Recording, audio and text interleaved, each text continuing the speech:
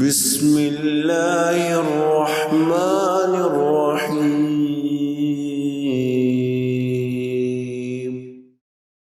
سہل ابن سعد الساعدی کہتے ہیں، آپ صلی اللہ علیہ وآلہ وسلم کے پاس ایک شخص آیا اور اس نے سوال کیا، اے اللہ کے رسول، مجھے کوئی ایسا نیک عمل بتائیے جس پر اللہ مجھ سے محبت کرے اور انسان بھی مجھ سے محبت کرنے لگے۔ آپ صلی اللہ علیہ وآلہ وسلم نے فرمایا، دنیا سے بے رغبت ہو جاؤ، اللہ تعالیٰ تم سے محبت کرے گا، اور لوگوں کے پاس جو کچھ ہے اس سے بے نیاز ہو جاؤ، لوگ تم سے محبت کریں گے۔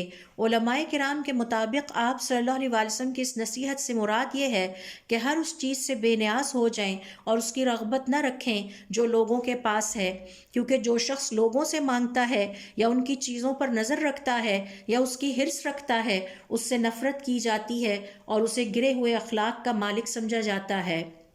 ایک اعرابی نے لوگوں سے پوچھا، اہل بصرہ کا سردار کون ہے؟ لوگوں نے بتایا، حسن بصری۔ اس نے پوچھا، حسن بصری اہل بصرہ کا سردار کیسے بنا؟ لوگوں نے جواب دیا، انسان اس کے علم کے محتاج ہیں اور وہ ان کی دنیا سے بے نیاز۔ انسانوں سے طمع رکھنے والا انسان لوگوں کی نظروں میں گر جاتا ہے۔ صاحب ایمان صرف اللہ سے امید رکھنے والا ہوتا ہے اور رزق حلال طلب کرتا ہے۔